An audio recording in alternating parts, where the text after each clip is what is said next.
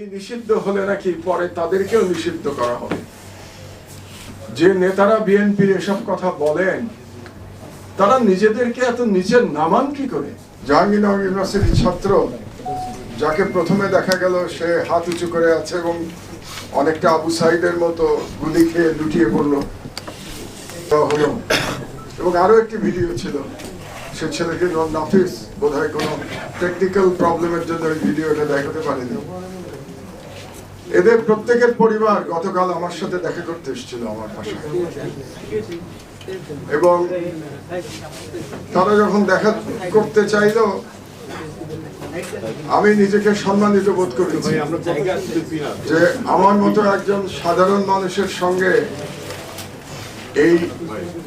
এই অসাধারণ শহীদদের পরিবার দেখা করতে চেয়েছে, এবং তারা এই ভিডিওগুলো আমার হাতে দিয়েছে। ভিডিওগুলো দিয়েছে যাতে আমি সবসময় বলি বাঙালি মুসলমানের স্মৃতি বড় দুর্বল, আমরা যাতে এই শহীদদের ভুলে না যাই। দুর্ভাগ্যের বিষয় হলো আমরা 2.5 মাসের মধ্যেই কি তাদের ভুলতে শুরু করি নাই।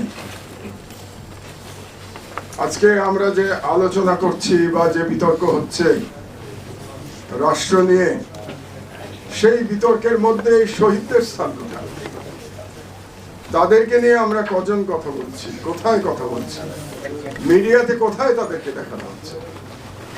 তাদের পরিবার কিভাবে চলছে এখন, কি নিদারুণ কষ্ট বুকে চেপে নিয়ে তারা প্রতিদিন কাটাচ্ছে, তার খবর রাখছে কোন মিডিয়া? প্রথম যে ছেলেটিকে আপনারা দেখলেন জাহাঙ্গীরনগর ইউনিভার্সিটির ছেলেটির নাম কাজল, যে গুলি খেয়ে পড়ে গেল, ছেলেটি আজকে 2.5 মাস ধরে কমায়। তার স্ত্রী এসেছিল কালকে আমার সাথে দেখা করতে, সে বলল, স্যার আমার এত মেধাবী স্বামী এবং এত কর্মোদ্যম স্বামী, সে 2.5 মাস ধরে কমায় পড়ে আছে, একটা কথা বলছে না, চোখের পাতা নড়ে না, কিভাবে সহ্য করবো? এবং আরেকটি যেটা দেখাতে পারলাম না, সেটি একটি নিম্ন মধ্যবিত্ত পরিবারের এক সন্তানের কাহিনী। তার বাবা একটা ছোট দোকান চালান, তার 2টি ছেলে, বড় ছেলেটি মারা গেছে, শহীদ হয়েছে। এবং কিভাবে মারা গেছে? তার ডেড বডি রিকশায় চড়ানো হয়েছিল, 4 ঘন্টা ধরে সেই রিকশা হাসপাতালের দরজায় দরজায় ঘুরেছে, কোনো হাসপাতাল তাকে ঢুকতে দেয় নাই, কারণ ছাত্রলীগের পান্ডারা তাকে ঢুকতে দেয় নাই, ছাত্রলীগ এবং পুলিশ সব মিলে তাকে ঢুকতে দেয় নাই। তার বাবা আকুতি করে আমাকে বলল কালকে যে আমার ছেলেটা আন্দোলনে যাওয়ার আগে 100 টাকা চেয়েছিল, আমি 100 টাকা দিতে পারি নাই, আমি 30 টাকা দিয়েছি। সেই ছেলেটি 30 টাকা নিয়ে আমার কাছে আর ফিরে আসেনি। আমার সেই ছেলেকে আমি ভুলবো কেমন করি? তো যারা এটা করেছে সেই ছাত্রলীগ নিষিদ্ধ হয়েছে, এত বড় একটা জঙ্গি সংগঠন নিষিদ্ধ হয়েছে, আর বিএনপি তাতে দুঃখিত হয়। বিএনপি বলে যে এই নিষিদ্ধ করা ঠিক হয় নাই, কারণ এই নিষিদ্ধ হলে নাকি পরে তাদেরকেও নিষিদ্ধ করা হবে। যে নেতারা বিএনপির এসব কথা বলেন তারা নিজেদেরকে এত নিচে নামান কি করে? তারা মনে করেন কি করে যে বিএনপি ছাত্রলীগের মতো একটা দানব হয়ে যাবে? নিজের দল সম্পর্কে এত ক্ষুদ্র ধারণা বিএনপির নেতারা পোষণ করেন কি করে? তাদের তো সাধুবাদ দেওয়া উচিত ছিল এই সরকারকে। এই সরকার 2.5 মাসের সরকার, আমি অনেক সমালোচনা করি এই সরকারের, যে এই সরকার বিপ্লবের স্পিরিট ধারণ করতে পারছে না, আকাঙ্ক্ষা ধারণ করতে পারছে না।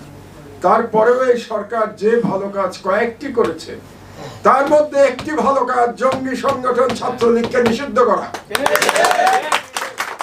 নিষিদ্ধ করার জন্য আপনাদের উচিত ছিল সব রাজনীতিবিদদের এক বাক্যে এই সরকারকে সাধুবাদ জানানো। কোন অধিকার বলে আপনারা সেই ভালো কাজটিকে প্রশ্নবিদ্ধ করতে চান? শুধু বিএনপিকেও না, আমি জামাতকেও প্রশ্ন করতে চাই, কেন আপনারা মন খুলে সাধুবাদ জানান না এই সরকারকে এই কাজ করার জন্য? কোথায় আপনাদের আশঙ্কা? ঠিক ঠিক প্রত্যেকটি রাজনীতিবিদ মিলে বললেন না কেন এতদিনে এই সরকার একটা ভালো কাজ করেছে? আমি শহীদদের পরিবারের তরফ থেকে জবাব চাই আপনাদের রাজনীতিবিদদের কাছে। আপনারা রাজনীতি করছেন কে ক্ষমতায় যাবেন আর কত সিট পাবেন।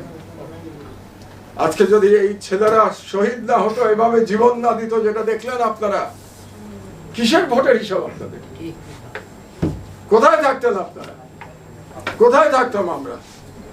আমি তো এখনো সেই টার্কিতেই বসে ঘর মুছতাম আর প্লেট বাসন ধুতাম, যদি এই হাজার হাজার শহীদ তাদের জীবন দিয়ে আমার দেশে ফেরার বন্দোবস্ত করে না দিত। এতটুকু কৃতজ্ঞতা বোধ নাই আপনাদের?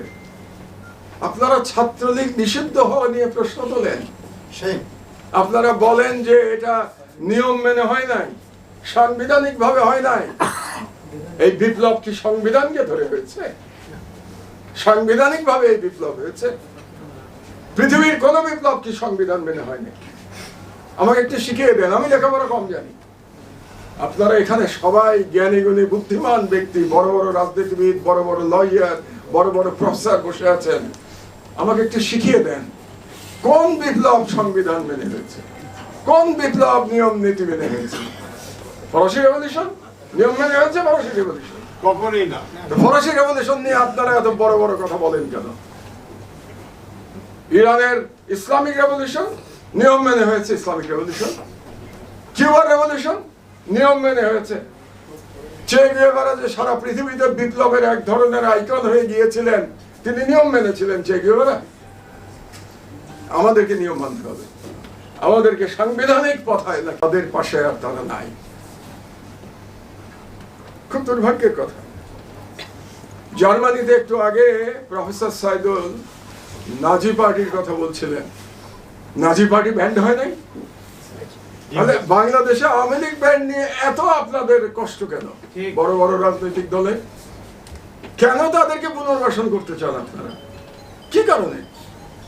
জার্মানিতে নাজি পার্টি নিষিদ্ধ, নাজি স্লোগান নিষিদ্ধ, নাজিদের পক্ষে কিছু বলা নিষিদ্ধ। আওয়ামী লীগ কি নাজিদের চেয়ে কম অত্যাচার করেছে নাকি গত 16 বছর বাংলাদেশে?